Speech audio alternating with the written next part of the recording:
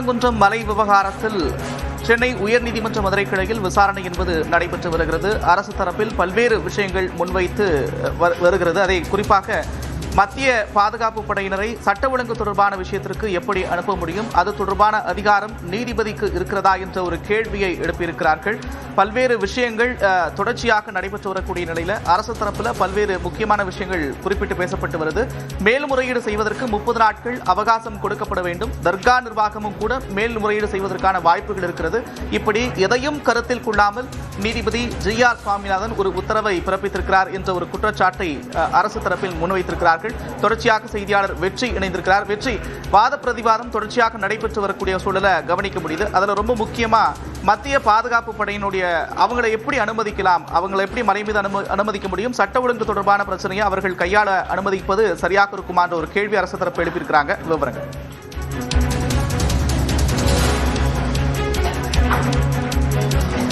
நந்தா, நீதிபதி ஜி.ஆர். சுவாமிநாதன் அந்த பிறப்பிச்சிருந்த நீதிமன்ற அவமதிப்பு உத்தரவு அதை எதிர்த்து மேல்முறையீடு செய்யப்பட்ட வழக்கு விசாரணையில் அரசு தரப்பினுடைய கூடுதல் தலைமை வழக்கறிஞர் பல முக்கியமான பாயிண்ட்ஸை, பல முக்கியமான வார்த்தைகளை சொல்லிட்டு இருக்காரு. அது என்னன்னா, ரொம்ப முக்கியமானது, மேல்முறையீடு செய்வதற்கு அவகாசமே இல்லாம நீதிபதி பிறப்பிச்ச உத்தரவை செயல்படுத்துறதுக்கான உரிய அவகாசமே இல்லாத நிலையில இவர் உடனடியாக அவமதிப்பு வழக்க நீதிபதி எடுத்திருக்காரு. சோ அது முதல்ல சட்ட விதிமீறலானது அப்படின்ற வார்த்தை முதல்ல பிரதானமா பதிவு செய்யறாங்க. ரெண்டாவது, இந்த தனிநபர், அதாவது மனுதாரர் மேல போய் விளக்கேற்றுறதுக்கு பாதுகாப்புக்காக சிஎஸ்எஃப் பாதுகாப்பு படையினரை பயன்படுத்துறது தப்பு. ஏன்னா அவங்க உயர்நீதிமன்ற காவலுக்காக மத்திய அரசால் அனுப்பப்பட்டவங்க, அவங்கள தனிநபருடைய பாதுகாப்புக்கு அனுப்புனது தவறு. 2, அதுல ரொம்ப முக்கியமா அவங்க ஒருபோதும் தமிழ்நாடு சட்டம் ஒழுங்கு காவல்துறையினுடைய வேலையை அவங்க செய்ய முடியாது. சோ அவங்கள அனுப்புனதும் விதிமீறல். இப்ப 2 விதிமீறலை பிரதானமா சொல்றாங்க. ரொம்ப முக்கியமா அடுத்த ஒரு பாயிண்ட் என்ன சொல்றாங்க அப்படின்னா, இந்த நீதிமன்ற அவமதிப்பு உத்தரவு பிறப்பிக்கப்பட்டதுக்கு பின்பாகத்தான் 144 தடை உத்தரவு பிறப்பிக்கப்பட்டது. ஏன்னா அதனாலதான் இந்த அவமதிப்பு வழக்கு எடுத்துக்கப்பட்ட பின்புதான் அந்த அளவுக்காக காவல்துறையை மீறி, அவங்க தடையை மீறி மேல கோயிலுக்கு செல்ல முற்படுறாங்க. சோ அதனாலதான் அங்க ஒரு சட்டம் ஒழுங்கு சீர்கடக்கூடிய ஒரு நிலை உருவாகும் போது 144 தடை உத்தரவு போட வேண்டி வருது. இன்னொன்னு, திருப்பங்குன்றம் மலை உச்சியில தீபம் ஏற்ற நடவடிக்கை எடுக்காத மாவட்ட ஆட்சியர் மீது அவர் நீதிபதி ஜி.ஆர். சுவாமிநாதன் தொடர்ந்த அந்த அவமதிப்பு உத்தரவை ரத்து செய்யணும் அப்படின்ற ஒரு கோரிக்கை வைக்கிறாங்க.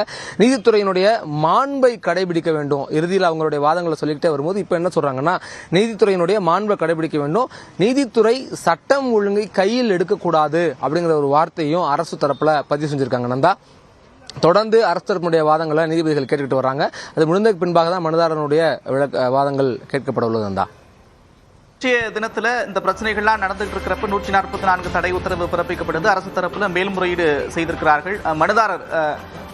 மனுதாரர் பேட்டி கொடுக்கும்போது கூட இப்போது செல்கிறோம், மீண்டும் நீதிமன்றத்தினுடைய ஆணை பெற்று வருவோம் அப்படின்னு ஒரு விஷயத்த சொல்லியிருந்தாங்க. எதிர் மனுதாரர்களுடைய வாதங்கள் இப்போது தொடங்கும். அதே போல அரசினுடைய மேல்முறையீடு, இந்த தனி நீதிபதியினுடைய உத்தரவை ரத்து செய்யணும் அப்படின்ற ஒரு கோரிக்கையை வச்சிருக்கிறாங்க. அதுல என்னெல்லாம் குறிப்பிட்டிருக்கிறாங்க வெற்றி?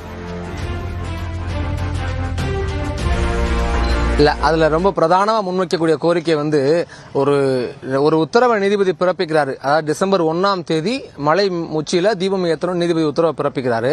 பிறப்பிச்சுட்டு 3ஆம் தேதி ரெண்டாவது நாள் நேற்றைய தினமே அவமதிப்பு வழக்கா எடுக்கிறாரு. அது எதன் அடிப்படையில் எடுக்கிறாரு அப்படின்னா, அவர் பிறப்பிச்ச உத்தரவை செயல்படுத்துறதுக்கு உண்டான எந்த நடவடிக்கையும் கோயில் நிர்வாகமோ வேற மாவட்ட நிர்வாகமோ செய்யல அப்படின்ற ஒரு வார்த்தையின் அடிப்படையில், அப்படின்ற தகவலின் அடிப்படையில் இந்த அவமதிப்பு வழக்கானது எடுக்கப்படுது. இந்த வழக்கு எடுத்ததே தப்பு. ஏன்னா குறைந்தபட்சம் நீதிமன்ற அவமதிப்பு நடவடிக்கை வழக்கை எடுத்துட்டா அதுக்கு 4 வாரம் குறைந்தபட்சம் அவகாசம் வழங்கணும் அப்படின்ற ஒரு வார்த்தையை அரசு தரப்பு வழக்கை பதிவு செய்கிறார். ஏன்னா அந்த குறைந்தபட்ச அவகாசம் கூட வழங்காம இவர் நீதிமன்ற அவமதிப்பு வழக்கை எடுத்திருக்காரு. 2 நாள் எடுக்கிறாரு. 1. இன்னொன்னு, இந்த வழக்கை அன்னைக்கு 1 மணிக்கே விசாரணைக்கு எடுத்திருக்காரு. எடுத்துட்டு அன்னைக்கே சிட்டி போலீஸ் கமிஷனர் ஆஜராகணும், மாவட்ட ஆட்சியர் ஆஜராகணும். 2 பேரும் வீடியோ கான்பரன்ஸ்ல ஆஜராகி அவருக்கு விளக்கம் கொடுக்கறாங்க என்ன நடவடிக்கை எடுத்திருக்கோம் அப்படின்றதுல. அதனால அவமதிப்பு வழக்கு எடுத்த அன்னைக்கே இரவே இவர் அதுக்கான உத்தரவையும் போடுறாரு, தண்டனை கொடுக்கறாங்க. அதாவது அவங்க சொல்ற மீனிங் அவமதிப்பு வழக்கு எடுக்கிறாரு, அப்புறம் அதுல உத்தரவும் அன்னைக்கே கொடுத்துறாரு. சோ இது 2மே செய்யக்கூடாது, இது விதிமீறல். இதுல உள்நோக்கம் இருக்குன்ற வார்த்தையும் அரசு தரப்பு வழக்கறிஞர் பதிவு செஞ்சிருக்காரு. சுட்டுக் கொன்ற பகுதியில் வந்து கலவரத்தை தூண்டும் வகையில் செயல்படக்கூடாது. அரசு தரப்பு சொல்லக்கூடிய வார்த்தை என்னன்னா, ஏற்கனவே அங்க ஒரு பிரச்சனை இருக்கு, அங்க தொடர்ச்சியா பிரச்சனை போயிட்டு இருக்குது. இந்த இந்து முன்னணி, பாஜக, RSS அமைப்பினர்லாம் வந்து அந்த விஷயத்தை தீபம் ஏத்துறாங்களா இல்லையான்னு கவனிக்கிறதுக்கு வர்றாங்க. ஆண்டுதோறும் அவங்க அங்க வந்து போராட்டம் நடத்துறாங்க. இப்போ இந்த அளவுக்கு பிரச்சனையோ ஒரு சர்ச்சைக்குரிய இடத்துல வந்து தொடர்ச்சியாக இந்த மாதிரியான உத்தரவுகளை பிறப்பிக்கிறது வந்து செயல்படக்கூடாது. இப்படியாக ஒரு நீதிபதி செயல்படக்கூடாது. நீதிபதி வந்து அவருடைய மாண்பை பாதுகாக்கணும் அப்படின்ற ஒரு வார்த்தையை பதிவு செய்கிறாரு. அதுல ரொம்ப முக்கியமா இப்போ அரசு தரப்பினுடைய வாதங்களை முழுமையாக நீதிபதிகள் கேட்டிருக்காங்க. கேட்டதுக்கு பின்பாடி இப்போ நீதிபதிகள் அவங்களுடைய கருத்துக்களை, அவங்களுடைய தகவல்களை பதிவு செய்ய ஆரம்பிச்சிருக்காங்க. மலை உச்சியில உள்ள தீபத்தூண் கோவிலை காட்டிலும் பழமையானது அல்லவா அப்படின்ற ஒரு கேள்வியை இப்போ வந்து நீதிபதிகள் எழுப்புறாங்க. இப்ப தூண் சம்பந்தமாக தொடர்ச்சியா பல சந்தேகங்கள் நிலவக்கூடிய நிலையில இப்ப மலை உச்சிரக்கூடிய அந்த தீபத்தூண் வந்து கோவிலை காட்டிலும் பழமையானதா அப்படின்னு ஒரு கேள்வி எழுப்புறாங்க. அதுக்கு அரசு தரப்பு என்ன சொல்றாங்கன்னா, அது ஒரு தூண் அவ்வளவுதான் அது அப்படின்ற ஒரு வார்த்தை பதிவு செய்யறாங்க. அது எந்த அளவுக்கு, எந்த காலத்தை சேர்ந்தது, அது என்ன பயன்பாட்டு இருந்ததுன்றது தெரியல. ரெண்டாவது, தீபம் ஏற்றக்கூடிய மலை உச்சி அருகே தர்கா இருக்கு. இப்போ எந்த இடத்துல தீபம் ஏற்றணும்னு கேட்கறாங்களோ அது பக்கத்துல தர்கா இருக்கு. அதுக்கு செல்லக்கூடிய பாதையும் இருக்குது. கோயிலினுடைய வடக்கு பகுதியில இருந்து மேல செல்லக்கூடிய பாதையில தான் 3 இடத்துக்கும் போகணும். உச்சி பிள்ளையார் கோயிலுக்கு, தர்காவுக்கு, அப்புறம் தூணுக்கு. அப்போ 3 பாதையும் அந்த தர்காவுக்கு செல்லக்கூடிய பாதையை பயன்படுத்தி தான் தூணுக்கு விளக்கேற்ற செல்ல வேண்டியது இருக்குது. ஆக அப்படி செல்லக்கூடிய பட்சத்துல இவங்க எப்படி, அது ஒரு தூண் மட்டும்தான், தீபம் ஏற்றக்கூடிய இடத்துக்கு தர்கா இருக்கு, அதாவது சர்ச்சைக்குரிய ஒரு விஷயமும் அங்க இருக்கு, அதனால அது தீபம் ஏற்றுவதற்கு பயன்படுத்தப்படலை அப்படிங்கிற அடிப்படையில அரசு தரப்பு வந்து நீதிபதிகளுடைய கேள்விக்கு பதில் சொல்லிட்டு இருக்காங்க. நந்தா, இந்த அவமதிப்பு வழக்க அடிப்படையில் ரத்து செய்யணும். ஏன்னா இது விதிமீறலோடு சட்ட விதிமீறலாக பிறப்பிக்கப்பட்ட உத்தரவு, அவமதிப்பு வழக்கில் பிறப்பிக்கப்பட்ட உத்தரவெல்லாம் அதை ரத்து செய்யணுன்ற ஒரு வாதத்தை முன்வச்ச நிலையில இப்போ நீதிபதிகள் கேட்டிருக்கக்கூடிய கேள்விக்கு அடுத்து தூண் என்ன விஷயம் சம்பந்தப்பட்டது, அதுல ஏன் ஏற்றக்கூடாதுன்ற தொடர்பான வாதங்கள் எல்லாம் போயிட்டு இருக்குது. நந்தா, தொடர்ச்சியாக அந்த வாத பிரதிவாதங்கள் நடைபெற்று வரக்கூடிய நிலையில் 10 ஆண்டுகளுக்கு முன்பு இதே போன்ற ஒரு கோரிக்கையை முன்வைத்து சுப்பிரமணியன் என்பவர் மனு தாக்கல் செய்து அந்த மனுவை நீதிமன்றம் தள்ளுபடி செய்திருந்தது. ஆகம விதிகளுக்கு முரணாக இருக்கிறது என்பதை மனுதாரர் நிரூபிக்க தவறிவிட்டார் அப்படின்ற ஒரு விஷயத்தை சொல்லியிருந்ததாகவும் கூட சில வழக்கறிஞர்கள் சொல்றாங்க. அதன் அடிப்படையில் மீண்டும் ஒரு வழக்கு, அந்த வழக்கின் மீது அடுத்தடுத்து நகரக்கூடிய நகர்வுகள் தற்போது விசாரணை என்பது நடைபெற்று வருது. மனுதாரர் வர்சஸ் தமிழ்நாடு அரசு என்ற நிலை கடந்து நீதிபதி வர்சஸ் தமிழ்நாடு என்ற நிலையை எட்டியிருக்கிறது இந்த வழக்கு. தொடர்ச்சியாக நீதிபதியினுடைய அதிகாரங்கள் குறித்து தமிழ்நாடு அரசு பல்வேறு கேள்விகளை எழுப்பிட்டு வராங்க. அதனுடைய வாதங்களை, தமிழ்நாடு அரசினுடைய வாதங்களை கேட்டுக்கொண்ட பிறகு தற்போது கருத்துக்களை நீதிபதிகள் தெரிவிக்க தொடங்கியிருக்கிறார்கள். அதில் குறிப்பாக அதுவும் மலை உச்சியில் இருக்கக்கூடிய அந்த தூண் என்பது கோவிலை விட பழமையானதல்லவா அப்படின்ற ஒரு கேள்வியை நீதிபதிகள் எழுப்பியிருக்கிறாங்க. தொடர்ச்சியாக பல்வேறு விஷயங்கள் அடுத்தடுத்த கேள்விகளை எழுப்பிட்டு வரக்கூடிய சூழல்ல வெற்றி மேலும் வாதத்தில் வேற என்னெல்லாம் நீதிபதிகள் குறிப்பிடுறாங்க வெற்றி?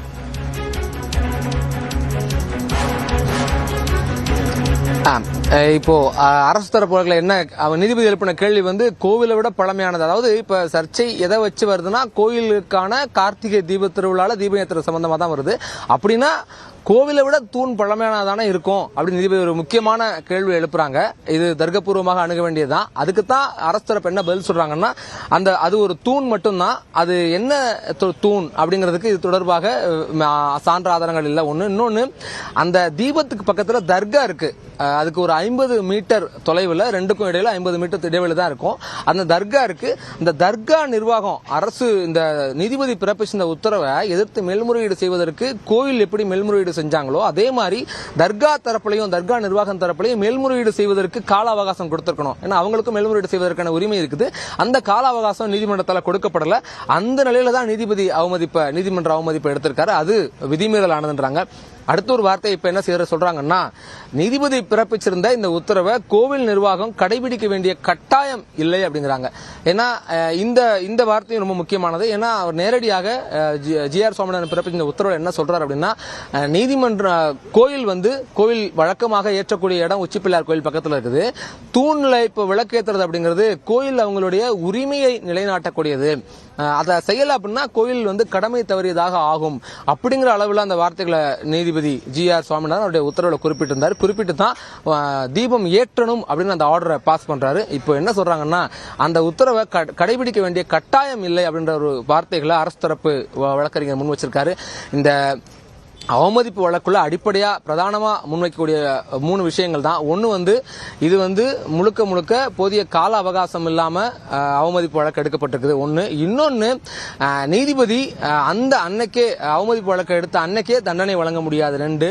அடுத்ததாக மத்திய பாதுகாப்பு படையினரை தனிநபர்களுடைய பாதுகாப்புக்காக பயன்படுத்தினது இப்படி இது எல்லாமே விதிமீறல்களாக சொல்றாங்க, சட்ட விதிமீறல்களாக நீதிபதி இதெல்லாம் செஞ்சிருக்காரு. அதனால இந்த வழக்கை இந்த உத்தரவை ரத்து செய்யணும் அப்படிங்கிறது தான் இந்த விவாதத்தினுடைய பிரதான கோரிக்கையாக மாறி இருக்குது நந்தா. அதே போல நீங்கள் குறிப்பிட்டது போல ரொம்ப முக்கியமான ஒரு விஷயம், தனி நீதிபதியுடைய உத்தரவை அமல்படுத்தணும் அப்படின்றது கட்டாயம் இல்லை அப்படின்ற ஒரு வார்த்தையை ரொம்ப குறிப்பிட்டு தமிழ்நாடு அரசு சொல்லியிருக்கிறாங்க. இதனுடைய அடிப்படையை எப்படி பார்க்கலாம்?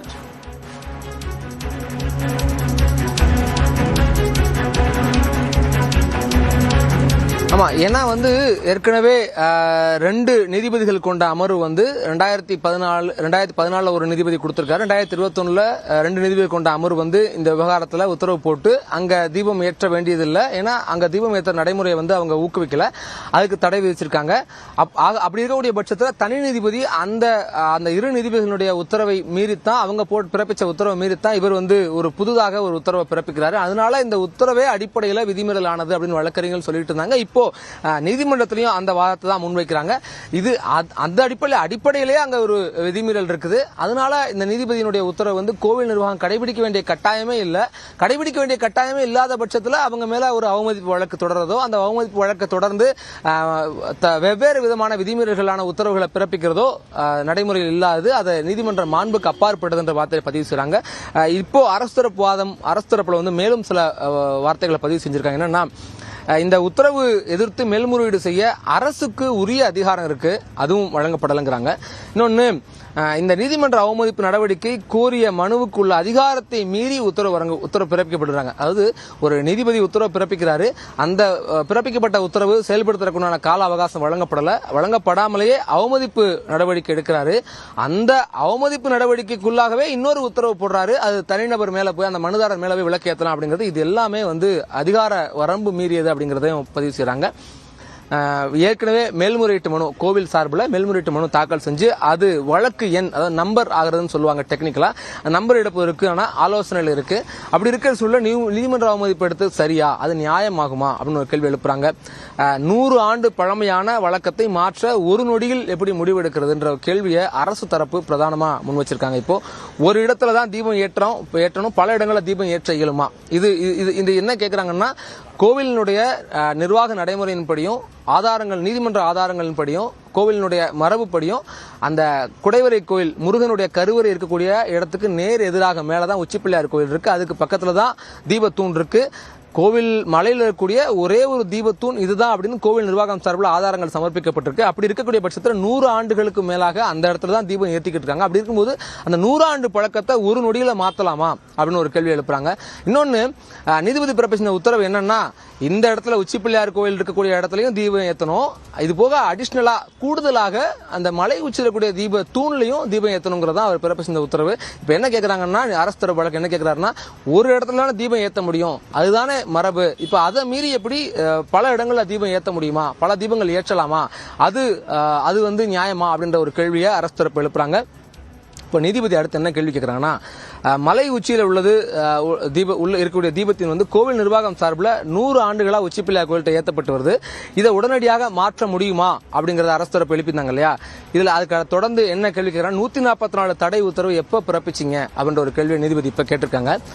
ஏன்னா ஏற்கனவே அரசு தரப்பு வழக்கறிஞர் என்ன சொல்லியிருந்தாருன்னா, 144 தடை உத்தரவு எப்ப பிறப்பிக்கிறாங்கன்னா, தனி நீதிபதி ஜிஆர் சுவாமிநாதன் மேல போய் ஒரு விளக்கு ஏற்றலாம் அப்படின்ற ஒரு அவமதிப்பு நடவடிக்கை எடுத்து அதுக்கு அந்த உத்தரவு பிறப்பிக்கப்பட்டதுக்கு பின்பாகத்தான் 144 தடை உத்தரவு போடப்படுது.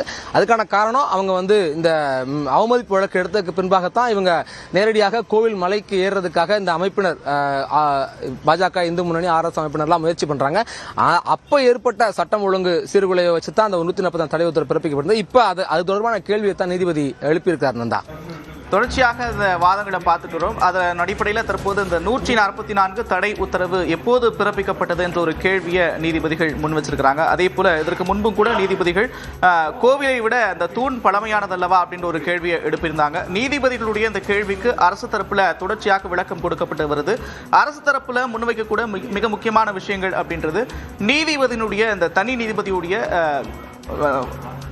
விதிமுறைகள் மீறி இருக்கிறாரா அப்படின்ற ஒரு கேள்வியை தொடர்ச்சியாக முன்வச்சுட்டே வராங்க. அதே நேரத்தில் மேல்முறையீடு செய்வதற்கான கால அவகாசத்தை அவங்க வழங்கலை அப்படின்ற ஒரு விஷயத்தையும் தொடர்ச்சியாக அரசு சொல்லிட்டு வருது. அடுத்தடுத்து வாதங்கள் நடைபெற்று வருது. வெற்றி அடுத்து அதே போல மற்றொரு வழக்கு, இந்த தனி நீதிபதி பிறப்பித்த உத்தரவை ரத்து செய்ய வேண்டும் அப்படின்ற ஒரு மேல்முறையீட்டு வழக்கு இருக்கு. இதனுடைய விசாரணை எப்போது பட்டியலிடப்பட்டிருக்கு, அது தொடர்பான முறை